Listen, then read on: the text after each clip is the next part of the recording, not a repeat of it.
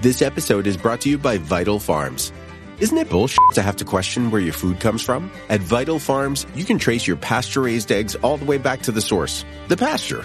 On the side of each pasture-raised carton of eggs, you'll find the name of the farm where your eggs were laid. And when you look the farm up on their website, you'll get a peek at all the sunshine, fresh air, and open space the hens enjoy. Learn more and find out where to buy them at vitalfarms.com. Vital Farms, keeping it bullshit-free. Welcome to the HCI family of podcasts. We're your source for personal, professional, and organizational growth and development.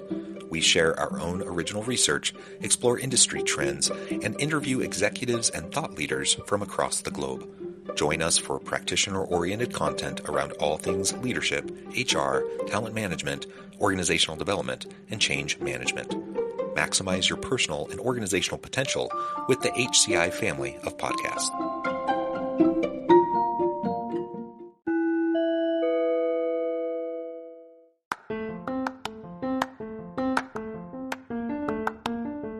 Welcome to the podcast. In this podcast episode, I talk with Soren Kaplan about the role of XQ in leadership, teams, and organizational culture.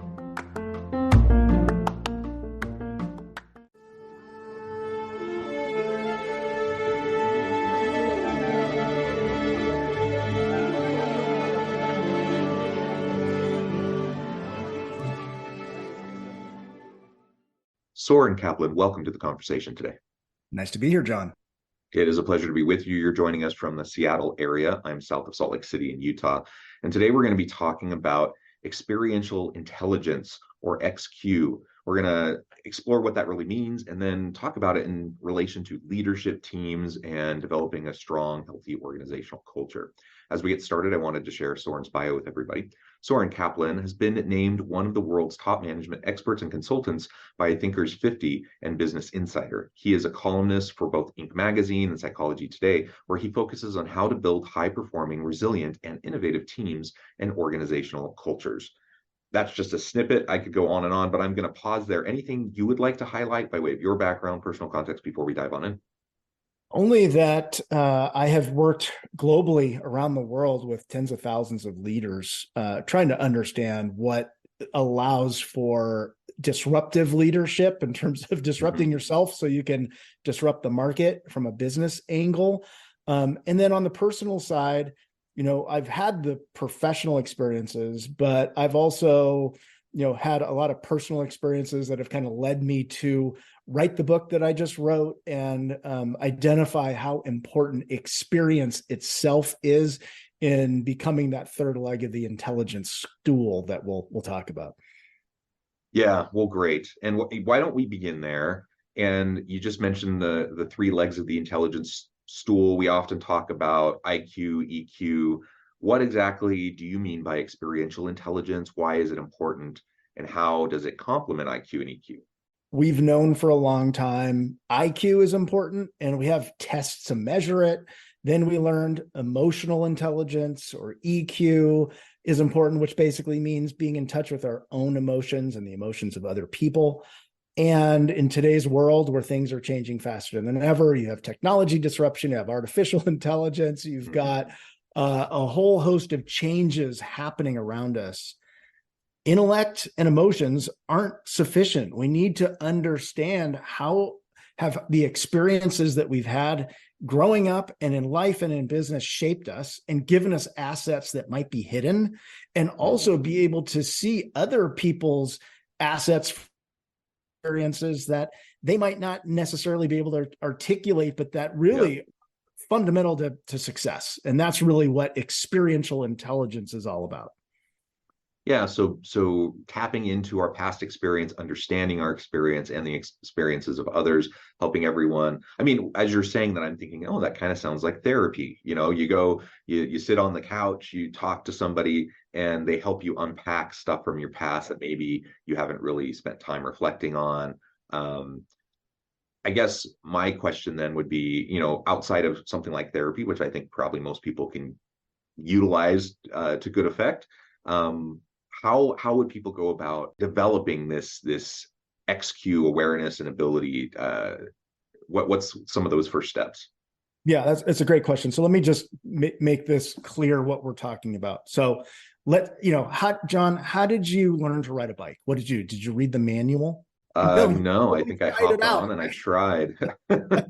There you go. So, when we learn to ride a bike, typically, we might get help from someone. We might have training wheels. We'll be wobbly. Then maybe we'll take off a training wheel. We might fall over a little bit, and then we really Yeah. figure it out. So let's unpack that for a second. So we learn the nuts and bolts of it. We learn how to steer and how to brake. And then perhaps as we get better, we get higher order abilities like how do we ride defensively in traffic, or how do we anticipate bumps in the road in the future? Now, those are higher order abilities we get. And then there's the mindsets around it. Well, what is a bike? Is it just transportation?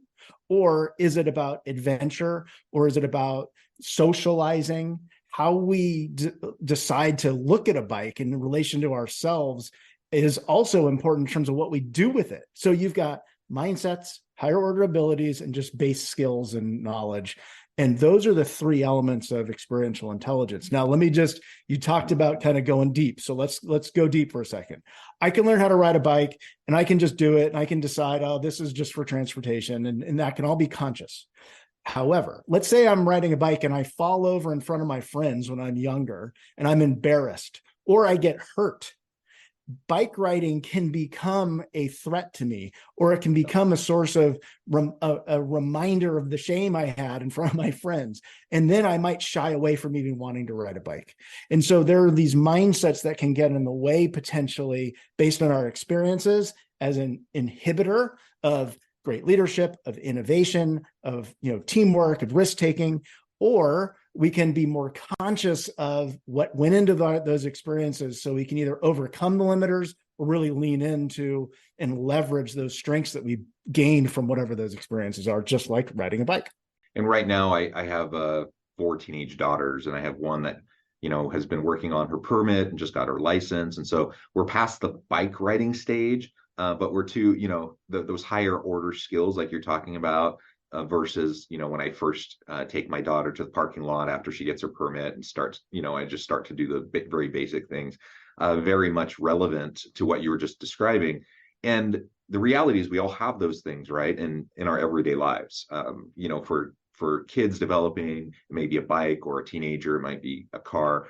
As you get older, though, there's all sorts of skills that we have experiences, the good, the bad, and the ugly with. And how we make sense of those and leverage them will make a big difference in how effective and productive we're going to be moving forward. Yeah, and we'll tie this into business and organizations and leadership, but even as a parent or as a coach or as a teacher, if we're aware that those experiences that those we're supporting are impacting them at those three different levels all the time, we can help people understand how did this experience impact me? Yeah. How do I process it? Do I look at this as a threat in the future, or do I look at this as something I learned and gained some assets from? And how do I then leverage that in the future? And so a lot of it's about framing, a lot of it's about processing in real time so that we can, use whatever those experiences are as a springboard for where we want to go, rather than something to overcome through therapy or something else down the line. And so part of this is, if I'm individually trying to leverage my experience or help others around me on my team to do the same, it requires a good amount of self-reflective practice, right? To be able to consider. I'm wondering, from your experience, from your research and working with, industry professionals from around the world, what are some of those best practices in developing that kind of self-reflective mindset and toolkit, so that we can leverage these experiences? Yeah, there's a lot of research around mindsets, around how trauma works. And I'm not going to kind of go into that right now, but I'll give you a quick example because it's pretty simple. I worked with a Fortune 1000 company, brought a team together that post-COVID hadn't worked a lot together. And it was a lot of new players on the team. So we did a simple exercise. We basically had people come into the room ready to share. Here are 3 experiences that really shaped me and gave me some assets that I can now contribute to this team moving forward. And we didn't say it had to be work oriented. And a lot of people were bringing in things that were just about their life experience, places, they had lived internationally, or they had, gone on some kind of a trip, or they had, learned something from a mentor that, outside of work.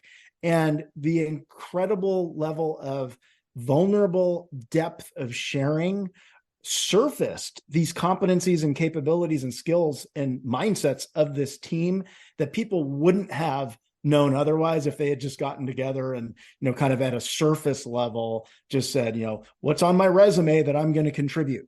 And so that was just a very simple example. And this team then used those key competencies and then said, how do we execute on our strategy this year? So it was very tangible. Another quick example from a leadership angle. I've worked with someone who she was she received the top 40 Chief Marketing Officer Award from Forbes magazine for her work as head of marketing at Hershey. And I asked her, I said, we talked about experiential intelligence, and I said, give me an example of something that led you to this great success outside of going to business school and your work experience. And she said, oh, that's easy. I play the violin.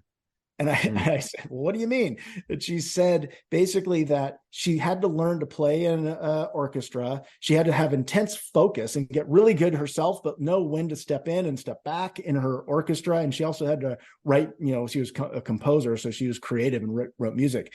And she said those are the same skills as a leader at Hershey running international business that she needed to step in and then step back and let teams run with things. She needed to have intense focus and make sure the execution was there, but they also had to be creative and come up with new products for the international market that were different from the US.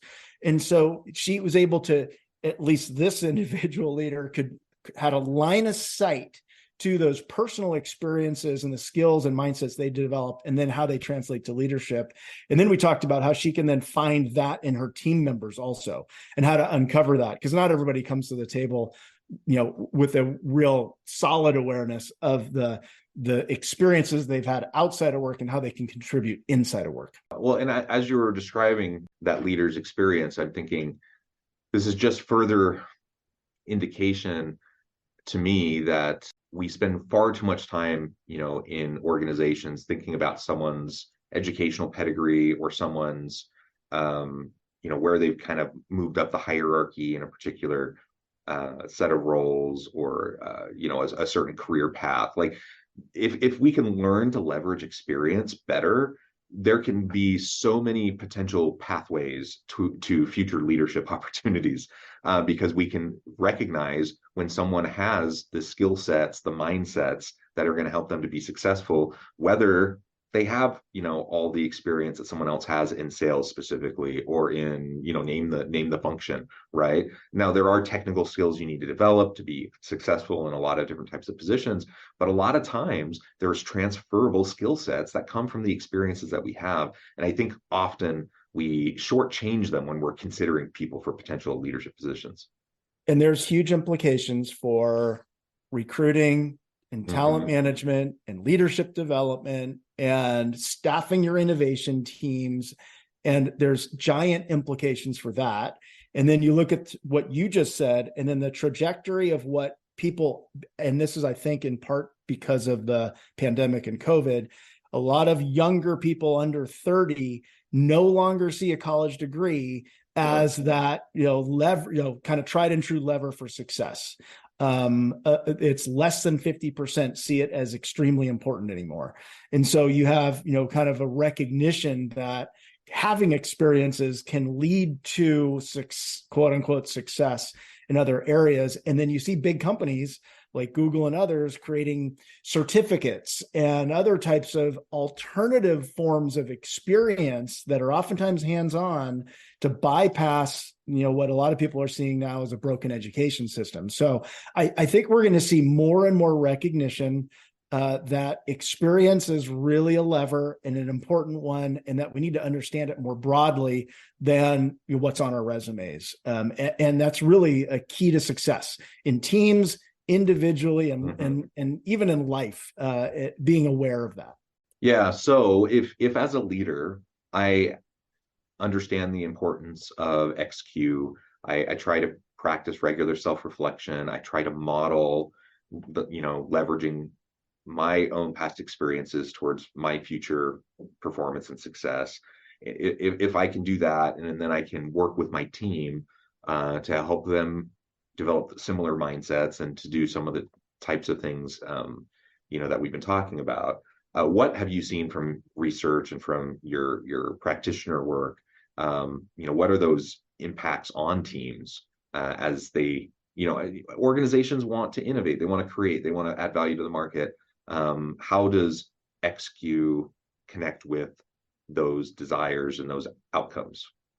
Yeah, this is much this has as much to do with business results as it does with sort of the human potential that we all have. So from a business results standpoint, if you understand and draw out the experiences of people on your team, you get greater vulnerability typically in your team. You get greater understanding of the individual assets that people are bringing to the party, and you can leverage those. So you are upping the competency of your team overall in achieving its business goals.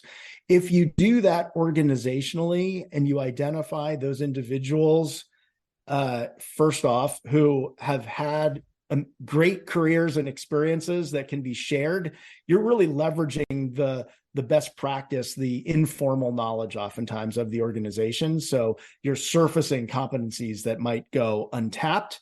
But then if you're doing that in a more broad-based way too, and you just have a recognition that people's experiences create assets, you then start to create a culture in your organization also that values the whole person from the standpoint of whatever their experiences are, how do we value what they could potentially provide and develop and draw that out in benefit and service of the organization's business strategy and vision.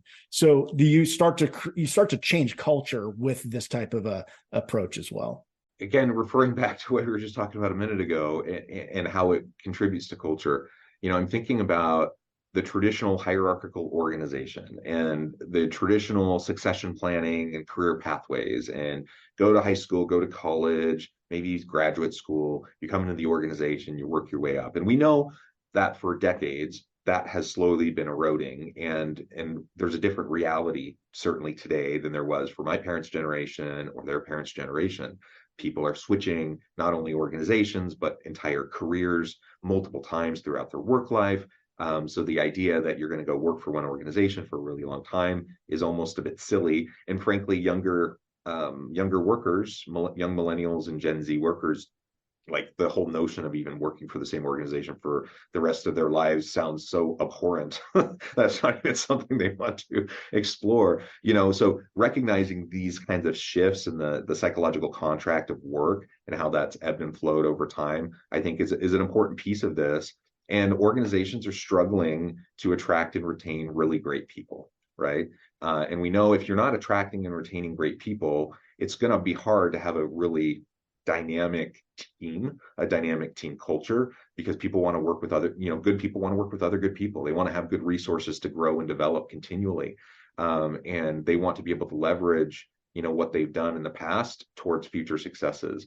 And so what organizations are waking up to more and more, and you've already pointed to, there are definitely examples of organizations that have been doing this for a while, is we need to get out of our own way. Like, we have to get out of our own way around these rigid structures that we put in place, that we say, in order for someone to be successful in this job, they need to have a college degree and 5 years experience, doing XYZ or whatever.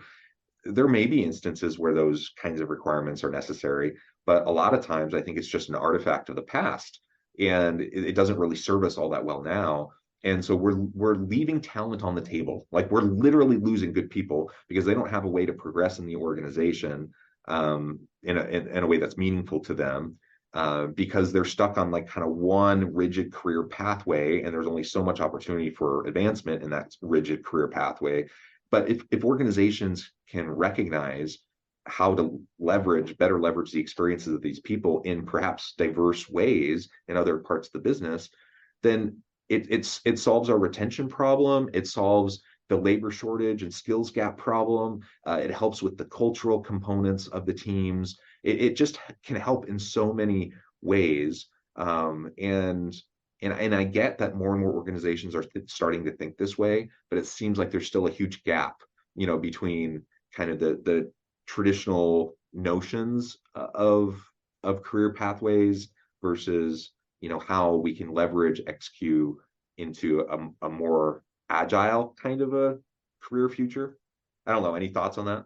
Well, I completely agree with what you're saying. And then I would also highlight the fact that culture is created every day through people's experiences. Meaning, if we want to change our culture to more agile, to more innovation, we can create experiences intentionally to shape culture and give people whole new mindsets, abilities, and skill sets. And so just two quick examples. I've been doing some leadership development work with NBC Universal as well as Ascension Health, who bring their high potential leaders through a development program, but it's applied. It's basically taking real business challenges around technology and the market and changing customers and consumers and healthcare issues and whatever it may be, and saying, we want you to go out and in an agile way, give yourselves experiences based on design thinking or innovation or product development that forces a whole new kind of way of being in an organization, because you have to drive innovation, and that's usually not like second nature to a lot of people who've been operators for a long time. And that experience changes people. That experience delivers real value at the same time back to the company, and then it sets the foundation for a more broader based culture, because you've had this group of people who've all had this shared experience that have developed mindsets, abilities, and know-how toward shaping the future. And then they go off in the organization. And so there's a lot of things we can do to shape experiences also more proactively to drive change. Yeah, that idea of shaping experiences proactively really resonates with me. And again, I think this is one I think most people recognize, yeah, I need to give people stretch assignments and give them opportunities to grow. And I need to develop the bench strength of my team. And like, these are kind of the notions that I hear people talk about a lot. So it's good that at least it's in the awareness of people collectively. But in reality, when you're in the daily grind, so many leaders are kind of running around like chickens with their heads cut off, just putting out fires all the time. And it's just very, very easy to lose sight of that kind of overarching goal to develop your people, and to, in strategic ways, think about how am I going to give these team members new, interesting experiences that can be leveraged not only to help us now, but to help us, 6 months from now, a year from now, 5 years from now, by developing that bench strength and helping them develop those skills, helping them think critically about the experiences while they're having them too. Because, I think so many people don't take the time to stop and reflect. And so even though they're having a tremendous experience, working with a multifunctional team, diverse backgrounds and perspectives, like so much that can be learned from that. But if you just get so caught up in the weeds of doing the work itself without taking time to really step back and reflect, then you're probably going to leave a lot of the potential learnings on the table, and you're not going to get as much out of that experience as you otherwise would have. Absolutely. I think that life is just a collection of experiences. And so the more we can be self-aware of the experiences that we're having, whether it's in life or work, and then decipher those along the way and work with them to understand what are they giving to us and what are we creating for other people, we are all just more conscious and more, able to achieve the things we want to achieve. Yeah, well said. Well, Soren, this has just been a really great conversation. I note the time. I need to let you go here in just a minute, but before we wrap things up for today, I wanted to give you a chance to share with the audience how they can connect with you, find out more about your work, and then give us a final word on the topic for today. Pretty simple to find me. It's my first name, last name.com, Soren, Soren, Kaplan.com, SorenKaplan.com. And the last word is, I think I sort of said it, we all have experiences. Sometimes they get in our way. Sometimes they're enablers. the opportunity for us in today's disruptive world is to understand ourselves better, help other people understand themselves better, and then work together to, collaborate in a way that kind of takes one and one and makes it three. And that's really what leveraging experience is about, and complementing your IQ and your EQ with your XQ or experiential intelligence. Soren, wonderful. Thank you so much for your time and your insights. I encourage the audience to reach out, get connected, find out more about what Soren can do for you. And as always, I hope everyone can stay healthy and safe, that you can find meaning and purpose at work each and every day. And I hope you all have a great week.